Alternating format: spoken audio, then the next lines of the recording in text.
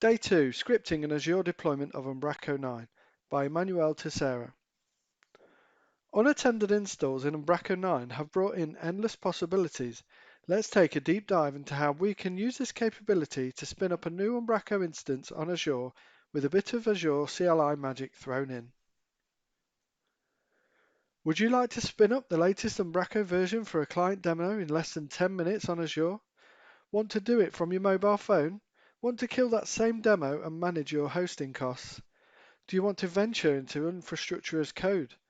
Want to do this with 3 lines of code? If so, read on. Disclaimer: this script is provided as is and with all faults. The author is not liable for any costs or deletion of resources within your Azure subscription. The code is not production ready and has many improvements in the pipeline. Instructions: log into shellazure.com, set up your Cloud Shell in your preferred region, and select Bash as your environment. Copy and paste the following code into the Cloud Shell.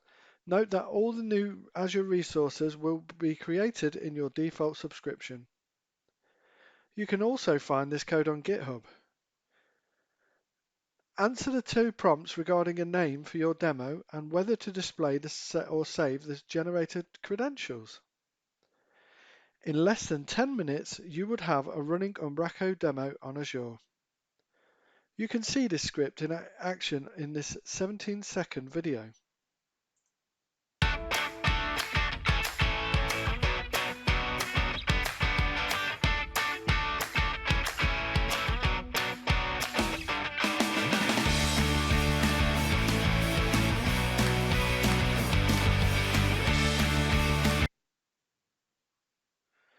So what do these 3 lines do?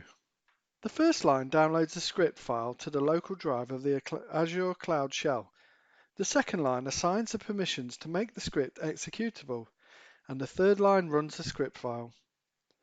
Prerequisites: you need to have access to an Azure subscription where you can create resources. Other than that, you just need a browser to access the Azure Cloud Shell. You don't need a local development machine. Your default subscription. All these scripts here utilize your default subscription. Most of the Azure resources created by this script incur a cost, and you need to make sure that you have the authority to spend before you run this script. You can run AZ account show in the Cloud Shell to figure out the subscription in use. You can use AZ account set -- subscription angle bracket name or ID close angle bracket to change your default subscription. Costing considerations. The script creates resources in the Australia East region, which is a bit costly.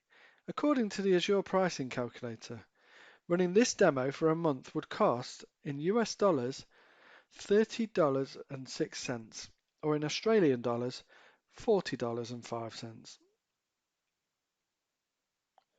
You can find the cost for this demo via this estimate. Script source. The Create Umbraco v9 Demo sh script is on GitHub and can be downloaded via speedycmsinstall.com/scripts/Azure/create Umbraco v9 demo.sh. Dissecting the script. The script is over 180 lines of code, but it is not that complicated, and it has inline comments to make it easier to understand. We will dissect the entire script in the following sections. Demo name. The following snippet of code requests a name for the demo from the user. If a name is not supplied, it uses a generated name that has a random number at the end. Output credentials. This next snippet gets input from the user as to whether the randomly generated passwords should be displayed and/or saved. Demo folder. A single folder is created to contain the files from this demo. The folder is named after the supplied demo name. Setting variables. All the variables used throughout the script are then set. Most variables use the demo name as an identifier. This is the best place to customize your own script to make it more secure in terms of usernames and passwords. Resource group. This snippet creates an Azure resource group containing the demo name. For example, a resource group with the name RG Umbraco V9 Demo 1431 will be created. This resource group will hold all the resources for this demo and make it easier for cleanup. SQL Server Logical Instance and Firewall. The next line in this script file creates a new SQL Server instance. Then the script adds a firewall rule to allow other Azure resources to access the SQL Server. SQL Database and Connection String. The next part of the script creates a SQL database instance in the standard SO tier. This tier provides 10 DTUs, database throughput units, 250 GB storage and standard geo-replication. Once the database is created, we use a query to retrieve the connection string. Then we replace the username and password with the values in our script variables. Create a web app. Next, we create a Linux app service plan to host our web app. Note that the Linux app service plan is 5 times cheaper than the Windows app service plan in the same tier. Then we create the web app with a .NET 5 runtime and set up a user to handle deployments. Install the .NET 5 SDK. The default .NET Core runtime for the Azure Cloud Shell is currently 3.1.403. This does not allow us to build or publish to the Umbraco solution, so we need to install the latest version of .NET 5, currently 5.0.403. The script downloads the .NET 5 SDK from Microsoft and unzips it to a folder within our Umbraco demo folder. Then this .NET SDK path is added to the current path. Caution: many examples ask you to export path, but this does not change the .NET SDK and keeps pointing it to the default 3.1.403 version on the Azure Cloud Shell. Inverting the code to export path gives access to the .NET 5 SDK. I spent almost a day trying to figure this one out. Set Umbraco unattended install variables. As the initial bootstrap run of this demo will happen on the web app, we need to make sure that the connection string and all the other variables are set on the web app configuration. The following lines add the connection string and app settings from the variables in our script. As a security precaution, we avoid adding these values to the local config files. Create Umbraco solution. Next, we run .NET new-i umbraco.templates : to install the project templates. Then we create a new Umbraco solution, switch to that directory, and add the Umbraco starter kit. Publish and zip up site.